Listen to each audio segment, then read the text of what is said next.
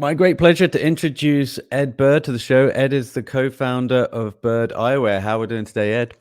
Good, thank you. Good to be here. Great, thanks for coming on.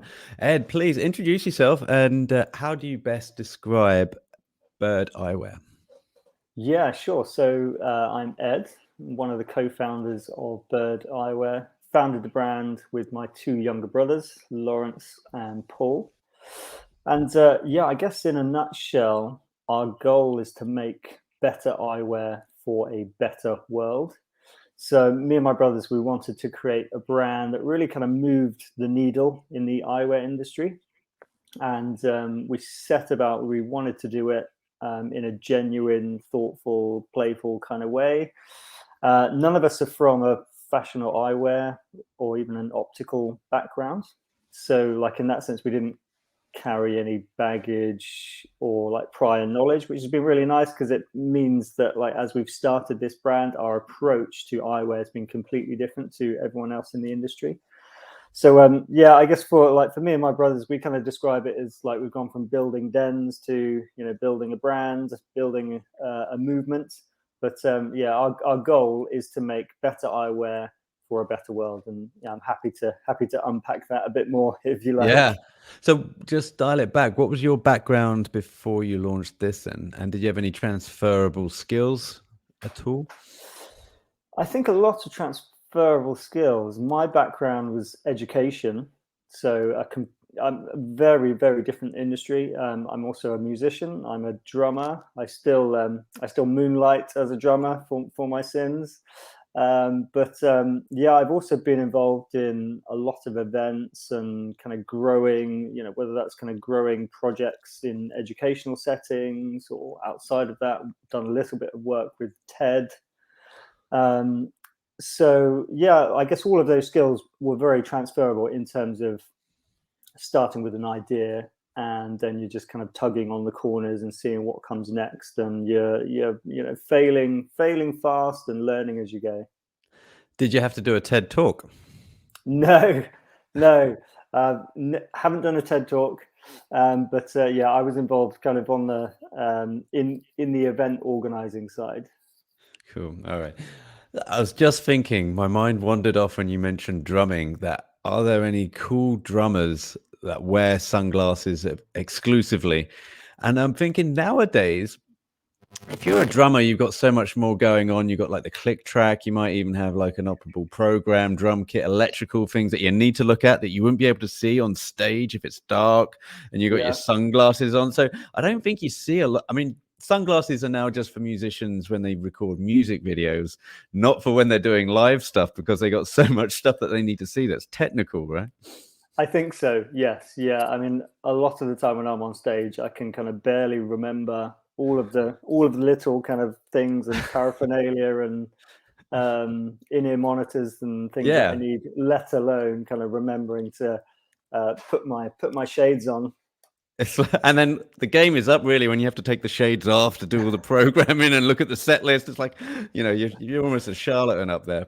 Exactly. Anyway, well, I digress already. Please, Ed, talk to me about, I'm very interested in how this got off the ground with regards to capital. Maybe you can talk about how you raised the funds for this.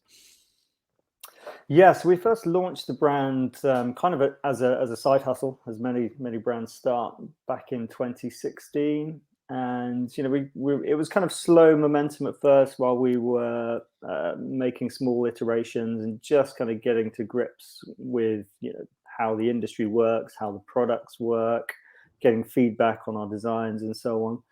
And it wasn't until 2019 when we launched the company that year, and one of our frames, called the Black Cap, won Frame of the Year at the Optician Awards, which is kind of like the Grammys for eyewear.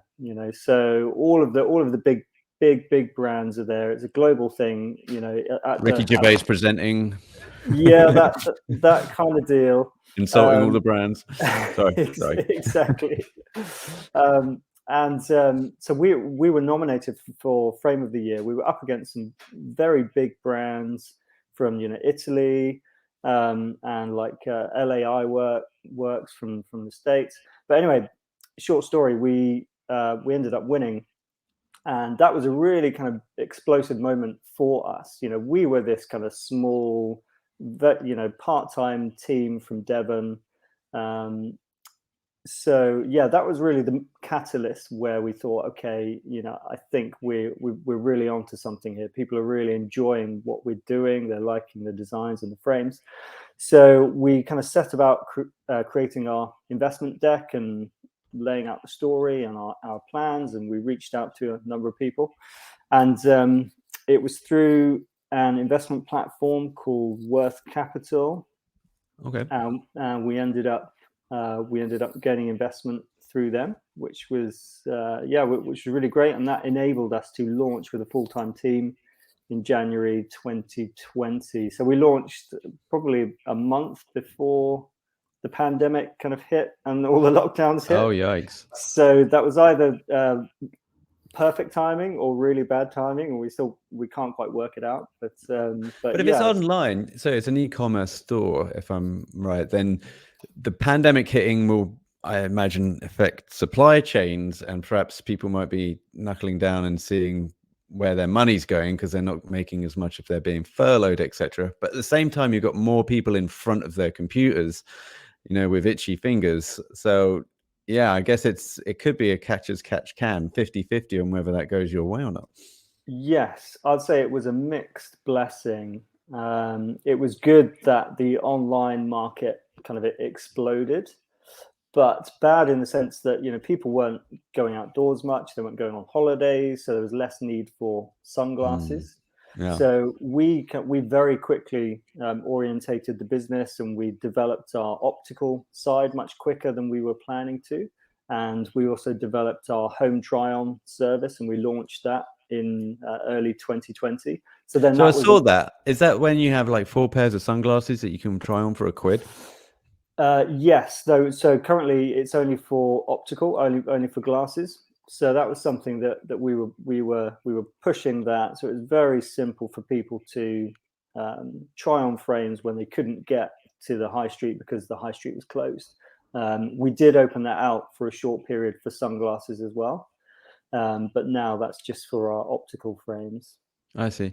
I've seen on some sunglasses websites that you can actually have like an avatar or a 3D version of the glasses on how they look. I don't know the name of the software, but is that something that you've seen also and something that you've considered? Yes, we have that option on our website. On almost all of our product pages, you'll find a virtual try-on. Right.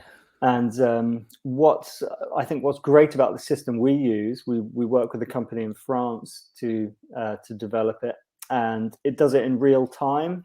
So rather than scan your face or upload a photo, you can be there live, and you can try on a pair of frames, and you can turn your head and see what they look like. And the sizing is accurate, up to about 3 or 4 millimeters. So it's very, very close. So it gives people a really good idea of what a particular shape or style would look like. Okay, that's interesting. So you can go on your site. I didn't get down to, I guess, the trial outs or the virtual trial-ons, but you can do that all through your page. That's good.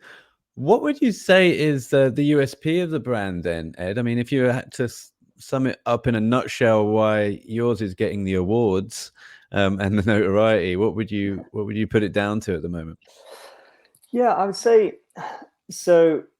Our kind of USP is that we like to think that we're innovating for good, and as a team, we love going the extra mile and just kind of taking things that extra step, almost unnecessarily at times, but just to really kind of prove to ourselves and to others that we're kind of going above and beyond to do things better. So whether that's like innovating like different kind of materials for our frames, we launched a children's range that was made from castor beans last year. They've been super popular, sold out really quick last year. Wow. And we do a lot of things with certified woods and other bioplastics, renewable corks, recycled aluminium. But Yeah, I think for us, it's all about just taking that extra step. So just to give an example, the aluminium um, for our recycled metal frames, we source that in Norway because the carbon emission footprint is lower because of the energy usage of the factory that recycles it. And so all of this stuff we plug into our supply chain metrics, and we kind of, we work out all of the emissions across our supply chain as well. So we really kind of geek out on those small details and on the materials, and like we kind of extend that as well to packaging. So it's not just about the frames. We make great glasses, but we make brilliant packaging as well, and we're kind of innovating that. And we kind of extend that ethos right through the whole company. And so yeah, it's just about finding. We call it the birdness. So like, where's the birdness in this? And it's that kind of 5% extra Right. that we're looking for. And we spoke off mic about how you might be planning to move some operations down to where you're based, down in the south there. Mind talking us through that? Yeah, so we've recently done, over the last 12 months, an innovation project, which we worked in partnership with Devon County Council. And, we were fortunate to get some innovation funding to really kind of supercharge our plans here in the Southwest. So for us, working with manufacturers, we have manufacturers all over the world, and it's really about finding the right manufacturer for the right material. But we've always wanted to do things closer to home and create that kind of circular product economy. So so this year and in the coming months, we'll be launching a new range of products which are made in Devon from waste that's sourced from Devon. So in that sense, it will be a kind of completely circular product, and then at its end of life, it can be sent back to us and recycled again. And so it's just has a very low carbon footprint. And so that's been a really exciting journey for us, just going through the motions, trying to kind of match up local supply from waste collection through to processing through to manufacture. And so we're pretty excited about having that opportunity. Oh, that's really cool. But I mean, when you have to go through that kind of process, is it a long process? I imagine you're emailing councils, like government. Typically, nothing ever happens. The machinery of government as well. So, are you just on the phone all the time, going, "Where's my answer? Where's my reply?" It's definitely a longer process than going to a normal kind of manufacturer, going the typical supply chain route where you can call them up and you can send them a CAD design or a drawing or something and say, "Can you make this for me?" And they'll say, "Yep, no problem." So we've had to approach it very differently and almost kind of start from just the initial idea. What's the material we want to use? Can we make something with this? Is it strong enough? And then we do a series of tests, and we've gone through various prototypes that first we 3D print to make sure that they're kind of the right shape and style before we then create the molds so that they can be injection molded locally using waste material. So yeah, and I guess having the local council's involvement has been really helpful. They bring something extra. Obviously, there's a bit more paperwork, there's more bureaucracy involved, as you can imagine, but it's been really helpful, and it's something that we wouldn't have been able to achieve it, I think, otherwise, or at least not as quickly as we'd have liked. Interesting. Well, you've replenished my faith in local council and sustainable elements. That's really encouraging to hear. Do you switching gears, perhaps not so seamlessly, but when I think of like sunglasses, I often think of like actors and famous brand ambassadors and iconic films and stuff like that. Do you ever look at the films and think, "Crikey, Daniel Craig looks good in XYZ," or Cary Grant on the train in North by Northwest? How do we get something like that on the go? Do you use any like cinema iconography to influence your designs at all? Yeah, absolutely. I mean, there are so many iconic kind of film stars. I mean, like, so last year, for example, the Maverick film, the Top Gun film with Tom Cruise. We did a big piece on that with our aviator style, our recycled aluminium aviators, which, for those, we took very direct inspiration from the aviation industry when we were designing those frames. And yes, certainly when we're putting mood boards together for seasons and shoots or styles, invariably there will be some kind of film imagery in there. And I guess in many ways as well, like films, they kind of help shape the zeitgeist of fashion in terms of what's going on and what's current and so on. So I think that can be really helpful. And are you conscious of like image rights and protection and IP and stuff like that? So if, for example, if you did want to, take Sylvester Stallone from Cobra, which would be a very deep pool. Well, we love the glasses, but how do we kind of wrangle it so that we don't get any red letters? Yes, yeah, always have to be mindful of that stuff. But that's fairly easy to kind of just check that you're not treading on toes, or like any kind of design inspiration you're using is isn't kind of infringing on others. And I guess that's all part of the process when you have an idea and you then look for I guess kind of outside influences to help develop the idea. But it's always a journey that we will go on internally, and we'll kind of validate it along the way. I'm trying to think of the most famous drummer that would be wearing sunglasses non-stop.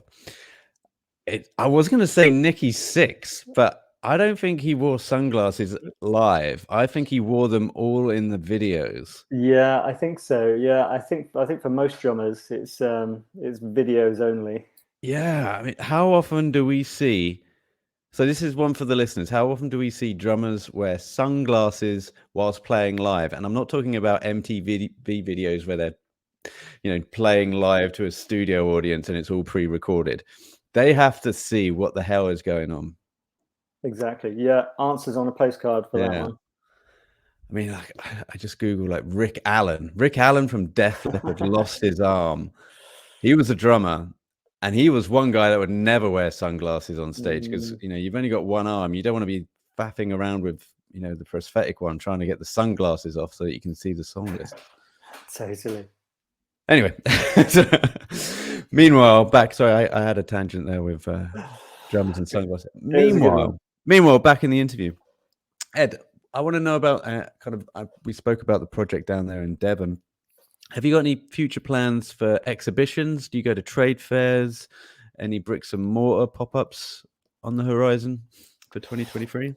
So for 2023, no plans for bricks and mortar stores. So we are predominantly online D2C, but we do stock in kind of fashion boutiques for our sunglasses and in a lot of optical stores, so mostly independent optical stores. Last year, we took the decision to separate out our D2C and B2B ranges. So from February, March 23, we will have our online styles, which are only available online. And then we'll have our B2B styles, which are only available to our optical stores. And in that way, in that sense, it will enable us to kind of curate a much kind of better fit for both audiences, because they are very different. People that are shopping online for eyewear versus people that are going into their local independents absolutely need both. And there's so many benefits in having both. The ease of shopping online is fantastic, but sometimes you can't beat going into an optician's and trying lots of different pairs on and having that face-to-face service. So for us, it's been we've wanted to cater for both, but do it really, really well. So that's something that we're looking to do this year. Are you trying to pitch to like Selfridges or John Lewis or anything like that? Is that also thinking big? Not currently. We are joining some slightly bigger optical groups, and we've got some bigger kind of B2B wholesale opportunities on the horizon. So this year we're looking to do another investment raise to kind of help us with that next step as we scale things up further. Yeah, most of the time it's stores that come to us and they say, we love the product, these fit really well with what the consumer is looking for in terms of being more environmentally friendly and so on, being a bit different. And so yeah, most of the time it's stores that are coming to us rather than us actively seeking out them. Awesome. Ed, thanks so much for jumping on. It's been fascinating listening to the makings of the business. At Find Your Birds is where you're hanging out on Instagram. Is that where you hang out personally? Is it you behind the scenes there too? Yes, well, you'll find myself and my team there at Find Your Birds. You can very easily find me on Instagram or LinkedIn as well. But yeah, at Find Your Birds, that's for Facebook, Twitter, and Instagram as well. And you can keep up to date with everything that we're doing and everything in the life of the birds. Cool.